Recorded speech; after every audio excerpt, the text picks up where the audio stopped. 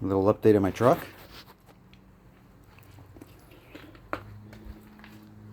See, I got the shroud back in. Still got to do the upper rear top plate, but that's okay. Doesn't matter right now. This is all for pre-fitting stuff because I had it apart so long. The steering box is back in, the old one. I still need to get a new one. The reason that's in, see it down here, is because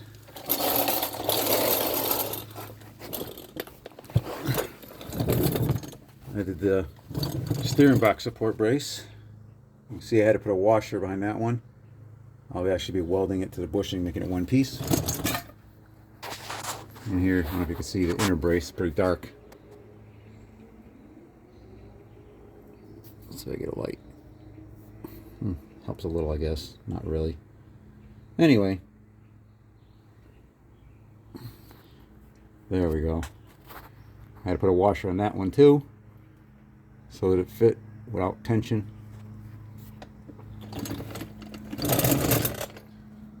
You can see the bottom of the motor, where the oil filter is. And that's why I had to put a notch in the cross member back in the day.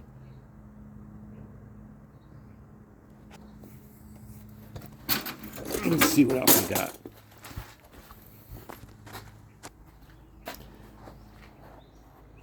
My last doors and primer. Close this hood. Look at that. One-handed shut like nothing. Anyway, this doors and primer. So both doors are now primered.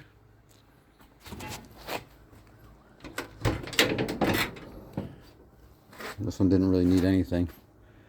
All I did on this one was I extended like right in here just a little bit. Talking like not even a 1/16 of an inch.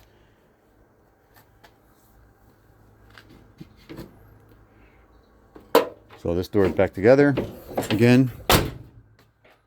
Boy, they shut nice. I've been working on my exhaust. So you can see. Like I said, I'm going to reuse the original. Back here. So the mufflers are in place. You can see I'm using V-band clamps on them. Everything's going to get jet coated anyway. I can't do the back part of the exhaust until the back bumper comes in. Let's see. But you can see the V-bands. The cables are semi-routed. They're not quite where they got to be.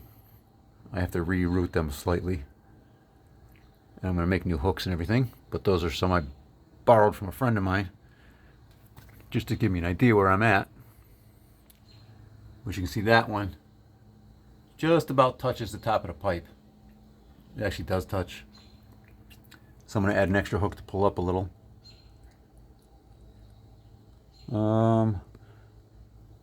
Did start throwing the wiring across the back, but nothing crazy. That's got a ways to go.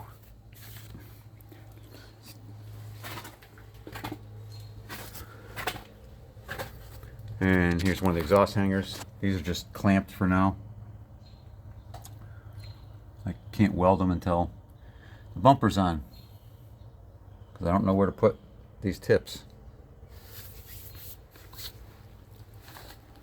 I like the way these came out the back back in the day, instead of out the bottom of the quarter behind the wheel. It came a little below the bumper. So once I get the bumper on, I can set the tips where they gotta be, weld up the rear hangers, and put the other set of V-bands on.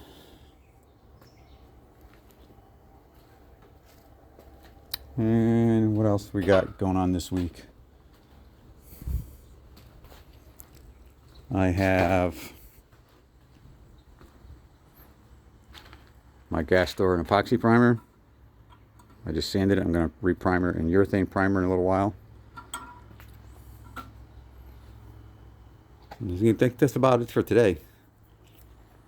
I just piddle along as much as I can without spending a lot of money. The bumper's expensive, but what isn't these days?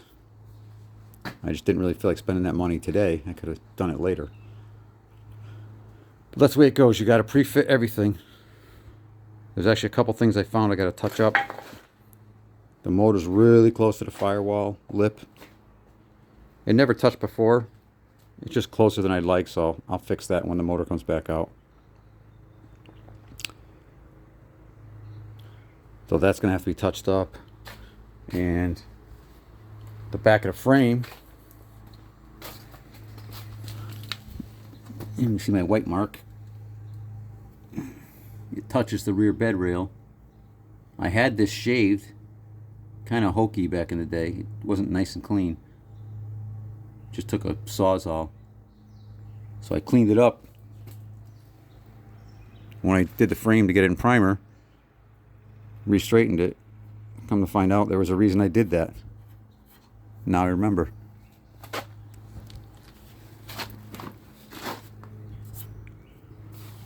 That's why it's been so long. You forget what you did 25 years ago.